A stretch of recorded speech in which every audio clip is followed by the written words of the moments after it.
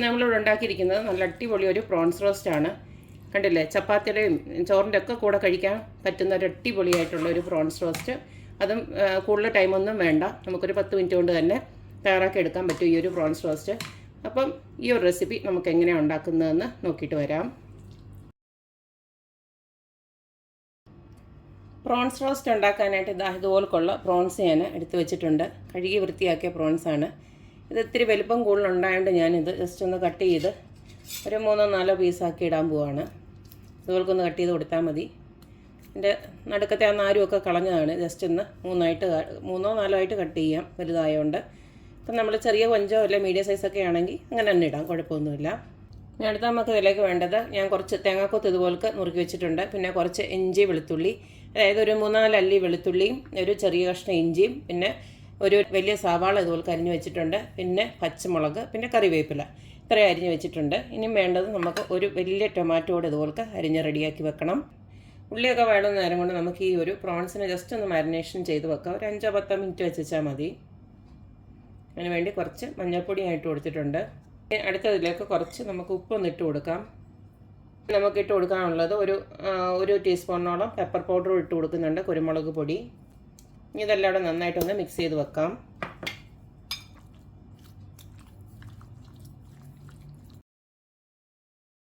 Prawns roast ഉണ്ടാക്കാനായിട്ട് ഇതുപോലെ ഒരു ചീനിച്ചട്ടി അടപ്പിലോട്ട് വെച്ച് കൊടുത്തിട്ടുണ്ട്. ഇതിലേക്ക് നമുക്ക് വെളിച്ചെണ്ണയാണ് ഒഴിച്ച് കൊടുക്കേണ്ടത്.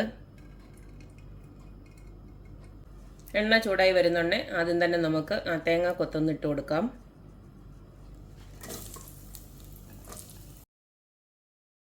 ഇതിലേക്ക് നമുക്ക് കുറച്ച് ഉപ്പും മഞ്ഞൾപ്പൊടിയോട് ഇട്ട് കൊടുക്കാം.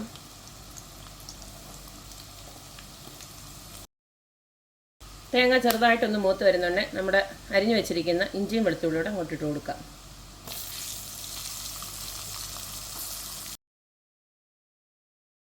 ഇതിപ്പോൾ എല്ലാം ഒന്ന് നല്ലതായിട്ട് വാടി വന്നിട്ടുണ്ട്. ഈ സമയത്ത് നമുക്ക് അരിഞ്ഞു വെച്ചിരിക്കുന്ന ഉള്ളിയും പച്ചമുളകും ഒക്കെ അങ്ങോട്ട് ഇട്ട് കൊടുക്കാം.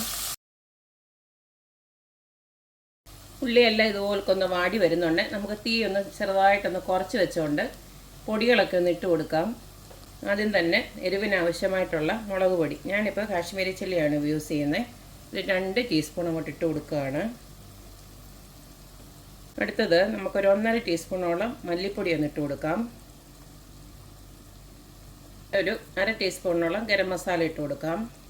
നേരത്തെയും കുറച്ച് കുരുമുളക് പൊടി ഇട്ട് കൊടുത്തിട്ടുണ്ടായിരുന്നു. ഇപ്പോഴും ഞാനൊരു 1/2 ടീസ്പൂൺ ഇട്ട് കൊടുക്കുകയാണ്.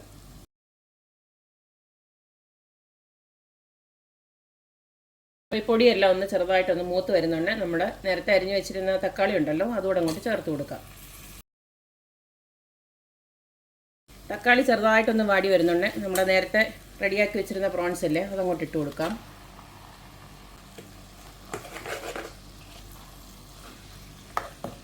തൽക്കാലം ഞാൻ ഇതിനകത്ത് പ്രത്യേകിച്ച് വെള്ളമൊന്നും ഒഴിച്ചു കൊടുക്കുന്നില്ല. പ്രോൺസിനകത്തൊന്ന് ശകലം വെള്ളം ഇറങ്ങും. ആ ഒരു വെള്ളം കൊണ്ട് വെന്തില്ലെങ്കിൽ പിന്നെ നമുക്ക് കുറച്ച് ഒഴിച്ചു കൊടുക്കാം.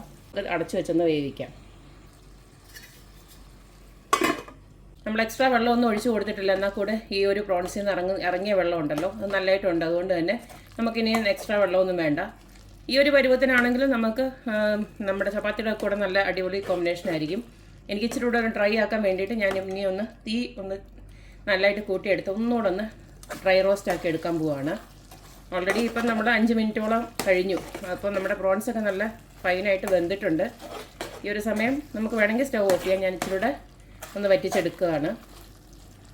ഈ ഒരു രീതിയിൽ ഞാൻ നല്ലതായിട്ടൊന്ന് വറ്റിച്ചെടുത്തിട്ടുണ്ട്. ഒരു കുറുകിയ ഒരു പരുവമാണ്. ചപ്പാത്തിയുടെ കൂടെ കഴിക്കാൻ നല്ല അടിപൊളി ടേസ്റ്റാണ് ഇങ്ങനത്തെ. എനിക്ക് ഒത്തിരി ഗ്രേവിയായിട്ടുള്ളത് എനിക്കിഷ്ടമല്ല. അതുകൊണ്ടാണ്, നിങ്ങൾക്ക് വേണമെങ്കിൽ ഗ്രേവി ആക്കി തന്നെ കഴിക്കാൻ, കുഴപ്പമൊന്നുമില്ല. നല്ല അടിപൊളി ടേസ്റ്റാണ് എങ്ങനെ കഴിച്ചാലും. ഇപ്പം എനിക്ക് തോന്നുന്നു നാട്ടിലൊക്കെ പ്രോൺസിൻ്റെ ഒക്കെ സമയമാണ്.